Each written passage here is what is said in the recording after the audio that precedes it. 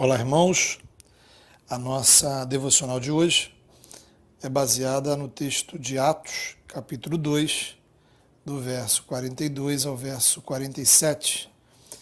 Esse é um texto importante, porque ele nos ajuda a responder algumas questões muito sérias e relevantes para a nossa vida e para o nosso tempo. O que faz um grupo de pessoas poder ser chamado de igreja? O que deve estar presente na vida de alguém que se considera cristão? Será que a igreja que você frequenta pratica o que realmente é o cristianismo bíblico? Será que você tem vivido o cristianismo que você deveria viver? Esse texto nos ajuda a responder todas essas questões, porque ele nos apresenta o modelo bíblico, apostólico, do que é ser igreja e do que é ser cristão. O texto diz que os primeiros cristãos se empenhavam em 4 áreas muito específicas. São 4 atitudes essenciais na vida de todo cristão e toda igreja. O que nós hoje chamamos de cristianismo está resumido aqui, de forma que não existe cristianismo sem essas atitudes. Pode ter mais, mas não pode ter menos. O texto diz, em primeiro lugar, que eles perseveravam no ensino dos apóstolos. Os apóstolos foram as pessoas escolhidas por Jesus, capacitadas pelo Espírito Santo, para ensinar à igreja a palavra de Deus. E como nós hoje podemos perseverar no ensino dos apóstolos? Se empenhando em ouvir e ser edificado com a palavra de Deus, pois o ensino dos apóstolos está registrado nas Escrituras, no Novo Testamento. Agora, eu chamo a sua atenção para a relação entre ouvir a palavra e humildade. Literalmente, o texto de Atos pode ser traduzido como: eles deixavam que os apóstolos os instruíssem. Quando você vai a uma igreja, participa de um culto, senta para ouvir a palavra, esta é uma atitude de humildade. Não humildade para com quem está pregando, não humildade para com aquela igreja, mas humildade para com a palavra do Senhor. É o reconhecimento de que você não tem todas as respostas. Não existe vida cristã sem humildade diante do ensino da palavra. A humildade de parar para ouvir e se submeter à direção de Deus para a sua vida. A humildade de ser corrigido pela palavra. Portanto, a questão é: como você tem se colocado diante da palavra? Você tem se colocado de maneira humilde para ouvir a palavra do Senhor? A segunda atitude essencial apresentada no texto é a comunhão. O texto diz que eles perseveravam em comunhão.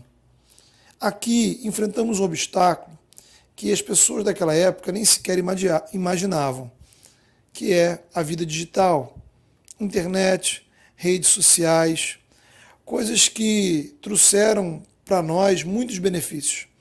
Nesse momento, você está ouvindo esta devocional através da internet. Mas há uma lei espiritual. Tudo que Deus faz para nos abençoar, o diabo está aí para transformar em maldição. E especificamente a vida digital, ela afeta diretamente o aspecto da comunhão no cristianismo. Veja, por exemplo, que em um livro escrito lá pela década de 90, um pastor falava dos crentes de uma determinada igreja que iam aos cultos apenas para ouvir a pregação. Eles calculavam o horário da pregação e chegavam só para o momento da mensagem. Ouviam a palavra e depois iam embora.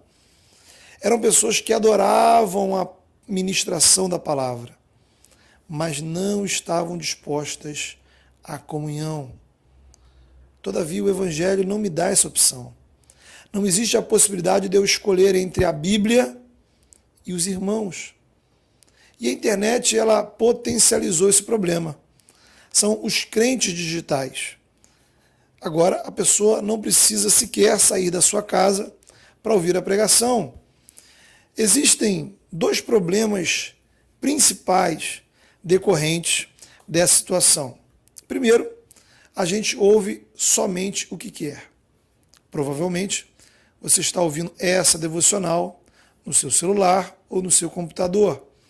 A qualquer momento você pode desligar e trocar por outra coisa que lhe interesse mais.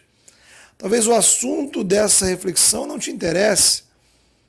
Só que aí lembramos da relação entre palavra e humildade. Ouvir o ensino da palavra requer um coração humilde. Humildade de reconhecer que há coisas da palavra que você precisa ouvir, mesmo que não esteja interessado.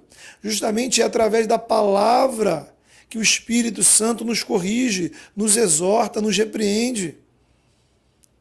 Na internet, ao contrário, ouvimos apenas o que nos interessa.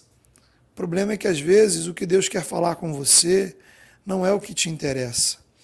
Talvez a palavra que vai transformar a sua vida é algo que nem sequer passa hoje pela sua cabeça, mas é o que você precisa ouvir. Por isso, nada substitui o estarmos juntos em um culto com humildade, ouvindo a palavra de Deus. Quando você participa do culto em qualquer igreja que leva a palavra de Deus a sério, você vai sentar, você vai orar, você vai pedir a direção de Deus, mas você não escolhe o que você vai ouvir naquele dia. Naturalmente, podemos sim ser abençoados através de uma pregação online, e muitos têm sido. Estamos encaminhando esta devocional para você, porque cremos nisso. Acreditamos na ação do Espírito Santo através da palavra. Não importa o canal por meio do qual ela é transmitida. A palavra de Deus é sempre poderosa. Mas eu preciso ter cuidado de não querer controlar o que Deus quer falar comigo. Outro problema da vida digital, ainda talvez mais grave do que este primeiro, é justamente a falta de comunhão. Pois um cristão online não precisa ter comunhão com nenhum crente chato. Essa coisa de ter que conviver com umas pessoas complicadas, fazer umas coisas que a gente não está muito afim. Quem será que inventou isso, né? Pois então, na verdade, quem inventou foi o próprio Deus. Foi Jesus, o Filho de Deus, que mandou, determinou que os seus apóstolos fizessem isso. Ele mandou que eles se reunissem como igreja e chamassem outras pessoas para se reunirem e fazer parte da mesma comunidade. Comunhão é parte essencial do Evangelho.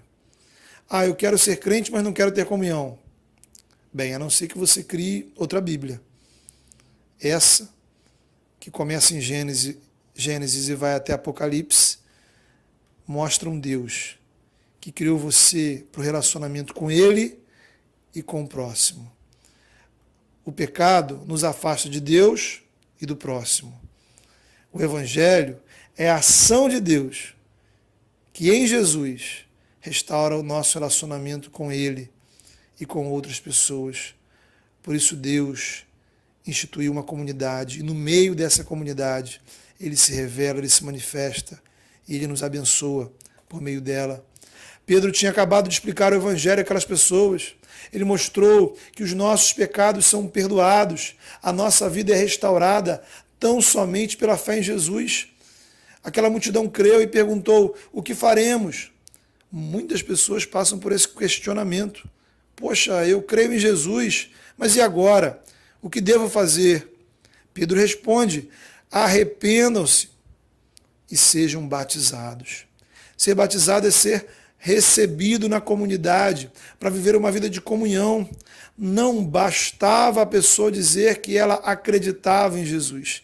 Ela precisava ser batizada. Eu sozinho não sou igreja. A minha família sozinha não é igreja. O meu grupo de amigos que se reúne no final de semana não é igreja. Igreja é corpo de Cristo.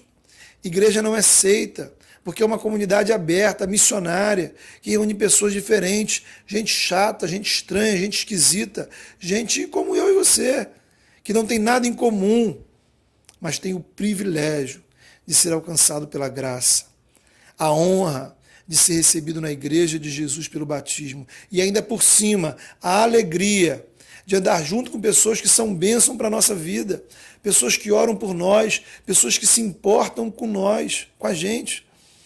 A alegria de viver, de ver Deus usar pessoas para nos abençoar e nos usar, apesar dos nossos pecados, para abençoá-las. A alegria de ver e testemunhar o que Deus tem feito na vida de outras pessoas. Isso é comunhão. Tudo isso quer dizer que no modelo de cristianismo que encontramos na Bíblia, comunhão não é algo opcional. Terceira característica desse cristianismo apostólico é o partir do pão. Partir do pão é uma expressão que no Novo Testamento se refere à celebração da ceia do Senhor, refeição que o próprio Jesus instituiu e incentivou os discípulos a praticarem. Na ceia, celebramos juntos com outros irmãos a salvação. Somos alimentados espiritualmente por intermédio da ação do Espírito Santo, que ministra a graça de Jesus sobre nossas vidas. A ceia nos fala de estarmos juntos em um mesmo ambiente, onde todos comerão do mesmo pão e beberão do mesmo vinho. O ponto é, não dá para fazer isso à distância pela internet. O pão e o suco são elementos materiais, físicos, porque a comunhão é física, é estar junto, é abraçar, é apertar a mão, é chorar junto, é rir junto, é conhecer a pessoa do lado. Ceia tem a ver com relacionamento. Eu não posso pegar um pedaço de pão na minha casa, orar e comer e achar que isso é uma santa ceia. Já tentaram fazer isso. E o apóstolo Paulo, em 1 Coríntios 11, mostra que é errado. Porque o que te abençoa não é o trigo do pão, é a ação do Espírito Santo na comunhão. Por isso o meu sentimento em relação ao meu irmão importa. Quem come e bebe sem discernir o corpo, diz a palavra, come e bebe para sua própria condenação. Veja a seriedade disso. Quem despreza a comunhão traz sobre a sua vida condenação espiritual. É natural, veja você, que em uma comunidade temos mais afinidades com umas pessoas do que com outras. Dificilmente seremos amigos de todos. Não há pecado nisso. Pecado é rejeitar a comunhão. Pecado é eu desprezar pessoas e me achar num patamar espiritual onde eu não preciso me importar com ninguém, não quero que ninguém se importe comigo, eu sou suficiente para a minha vida espiritual. A ceia nos mostra a importância espiritual da comunhão. O quarto aspecto desse modelo de cristianismo apostólico é a oração. Certamente você sabe a importância da oração. O desafio aqui, no entanto, é orarmos juntos. Muitas vezes a nossa oração é algo completamente egoísta. Oramos apenas para pedir e pedimos apenas por nós mesmos. Qual foi a última vez que você orou pela vida espiritual de alguém? Que você orou pela igreja? Orou por um amigo que está longe do Evangelho? Tenha uma certeza. Há pessoas que nesse momento estão em oração por sua vida.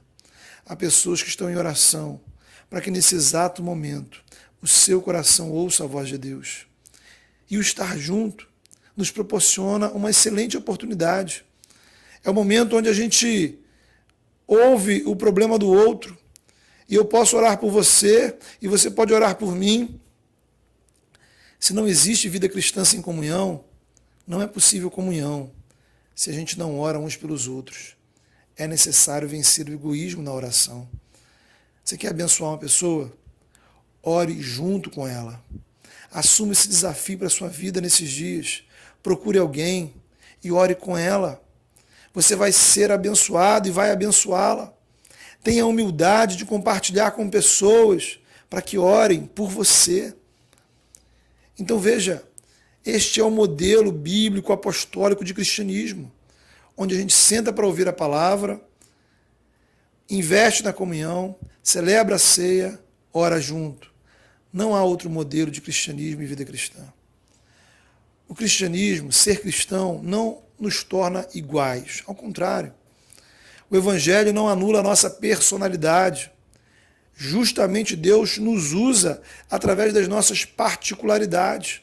E o Espírito Santo nos capacita com diferentes dons. Da mesma forma, as igrejas não precisam ser todas iguais. No entanto, existem aspectos que são essenciais a todo cristão e toda igreja. Porque senão o que estaremos praticando não será cristianismo. O cristianismo bíblico apostólico possui estas características. Vivendo elas é que somos abençoados. E o texto diz que naquele contexto de ensino, comunhão, ceia e oração, Deus realizava milagres. Onde a fé, onde a obediência à palavra, onde os crentes têm comunhão, se reúnem para orar, temos um ambiente favorável, propício ao agir de Deus. Naquele contexto, vidas eram transformadas. O texto não diz que simplesmente Deus ia salvando pessoas. Ele transformava vidas e acrescentava essas pessoas à igreja. A igreja é o lugar onde Deus coloca aqueles que Ele mesmo alcança.